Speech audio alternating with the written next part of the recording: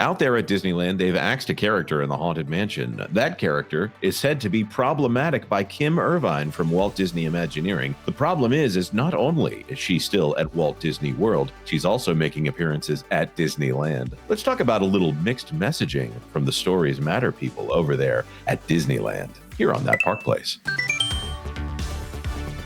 Let's talk about the Haunted Mansion. This thing doesn't seem to be going away. Niles says that Disneyland has a Haunted Mansion problem. Here's how to fix it. This is from the OC Registered. And Robert Niles runs another website. Vash, which one is that? Robert Niles runs Theme Park Insider, if I'm not mistaken. And, yes, he does. Actually, great. It's a great site. And also, too, Niles is a very good reporter. Been doing this a lot of years. Had the pleasure of interviewing him some time ago. Good guy. Yeah. He Theme Park Insider. By the way, Theme Park Insider said that Mythos was the best theme park dining in Orlando. I do believe that's the statement that they plastered on the banner and stuck on the restaurant. Absolutely. Disneyland has. He said it like 20 years ago, and it's been up there ever since. Yeah, I think it's hilarious. And if he didn't have Theme Park Insider as his website name, I don't know if they would stick it up there for as long as they did. I thought that was hilarious. Disneyland has a Haunted Mansion problem. Another round of incremental changes will not fix it. The regular version of Haunted Mansion reopened at Disneyland last week due to construction of a new queue for the ride and the timing of the annual holiday overlay. Disneyland fans have not been able to ride the regular version of Haunted Mansion since the summer of 2023. Fascinating. That's a long time without one of Disneyland's more popular attractions. In the meantime, Disney's Imagineers have tweaked some elements inside the ride in addition to expanding the ride's themed queue outside. Most notably, the bride in the attic is no longer a devious axe murderer. Constance Hatchaway, as she is known by fans, has returned to her previous role as a mourning bride with a beating, bleeding heart. This is where I would actually disagree with Robert Niles here. I'm not sure that Constance Hatchaway is the name of the bride. I think Constance Hatchaway is the name of that specific incarnation of the bride. That was my understanding. Yeah. What are y'all's thoughts on that altogether here? Is it the same character, or did they come up with a new version of that character when they turned her into Constance Hatchaway? And Vash has, I think, the video on a walk around character of Hatchaway. Yes. The way that it was described by Kim Irvine, who installed this new version of the bride, was talking about how the story had changed from what was a kind of a Hatchaway story, in that you had this kind of axe murdering bride into a kind of a lost love story. So that kind of, at least to me, connotated this idea that it was a brand new version of the bride altogether, and it was separated from the character known as Constance Hatchaway. So that's kind of the interesting thing there. I think it's very different. Lorena, were you offended by the Constance Hatchaway change? Was this a big deal to you? I think I know where you are on this one, but I wanted to ask you instead of assuming.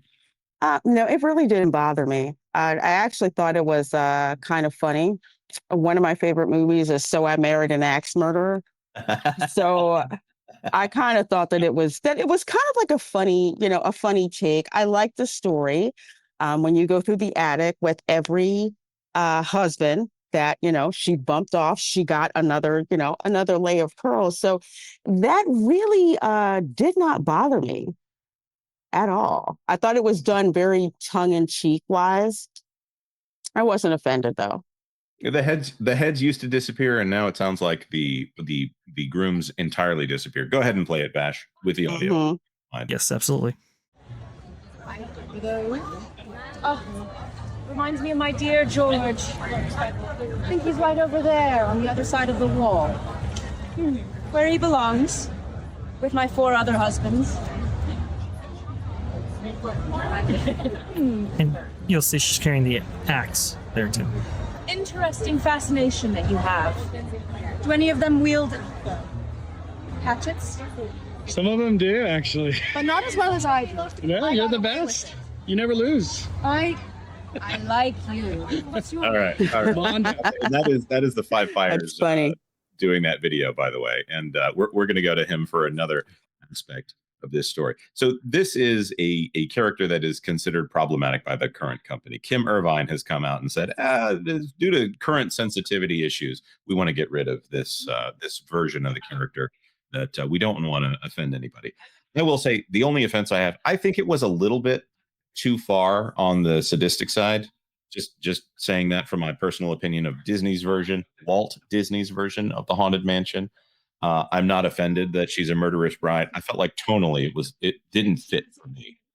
I like the more playful aspect of it, especially with a kid's ride. The removing of heads and the gleeful "I'm going to murder you" vibe is luring men to their deaths like flies. I getcha. You know, But then again, I'm twisted. I'm the one who's still looking for, the body to hang in the ceiling of Master Gracie. yeah, and this maybe this is dissonance for me, but I actually think the hanging corpse up there is just the right amount of, the kids might not be able to see what that is, but obviously someone has died up there. But now it seems like we've got a little bit of a problem here. Constance Hatchaway is a problem at Disneyland, and Kim Irvine says she's a problem at Disneyland. But obviously, the Walt Disney World version of the bride is still there, and it seems that she's still a meet and greet character at Disneyland. So, is it offensive or is it not? Vash, why don't you read this one? Absolutely. So we have this by Firefighters. Disneyland is a funny company. Bride had the axe removed, and now a meet and greet has an axe just a few days later at Disneyland. Photo from Fighting Idiot Instagram. So to just echo Kim Irvine's comments here for the people who might not know, she said this: the bride that used to be in there was an axe murderer, and in this day and age, we have to be really careful of the sensitivities of people. She said, we're celebrating someone chopping off her husband's heads, and it was a weird story. I know the fans, some will like it, some will say, oh, you changed something again, that's our job, that's what we're here for. Oh, it is not your job. Yes. No. The last part of that. Is it her job? Exactly.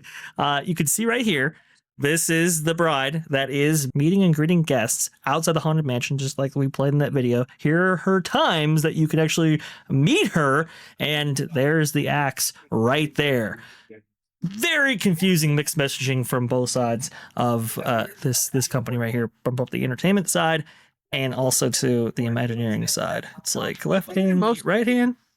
The thing I'm most offended by is, why doesn't she have ghoul makeup on? Why doesn't she look like a ghost? Why does she just look like some lady? Ooh, Were they afraid it would make her less stunning and brave? That's a very good point, Beer. I think this is one where, and this is the issue that comes up a lot with the Walt Disney Company. It is a very siloed company. One department does not talk to the other. I think that there's a lot of directives that end up coming from one department that are not communicated to the other one. I think the parks people and the Stories Matter people are not necessarily the same people, even though obviously Tiana's Bayou Adventure, which we're going to talk about again here in just a minute, the Stories Matter people had a lot to do with that ride. I think they might get directives to say, hey, you have to lessen this element over here. I don't think this company talks to each other. That synergy that's supposedly there for the Walt Disney Company, I don't think it actually exists at this point. I think there's a corporate mandate that comes from the top that that kind of ruins the fun of everyone else. What do you guys say?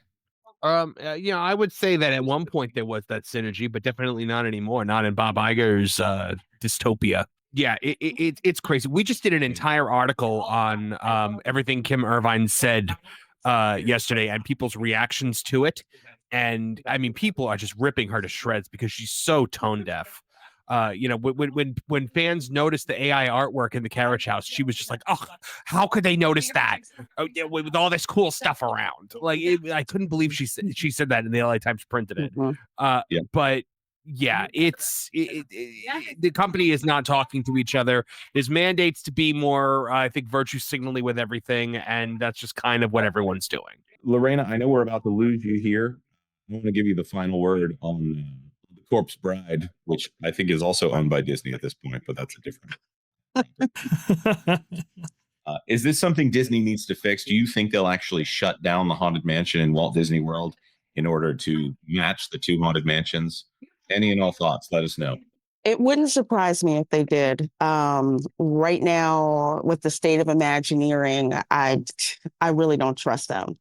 So it would not surprise me if we find out, hey, if you thought shoving the Hatbox Ghost in there was bad enough, we're going to change the bride as well. So it wouldn't surprise me if they did it, if they went and changed it. I would rather they not, because they're going to erase the distinctions, the wonderful distinctions between the Disneyland version and the version at Walt Disney World. It's really lazy, and wouldn't surprise me if they did it.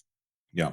And for those of you who are not aware, they finally installed the Hatbox Ghost in Disneyland, and then they announced that they would be adding it to Disney World. But in the Magic Kingdom version at Disney World, they put the Hatbox Ghost before the time in the story of the ride that the ghosts are supposed to be appearing. They came up with some hand wavy reason why that they had to for story reasons put him there, because he's not a happy haunt. But I think the people who were Disney diehards knew that was just code. Thanks for watching That Park Plays News. For more information, consider checking out www.thatparkplace.com. And don't forget to subscribe, share, like, and send this out on your favorite social media accounts.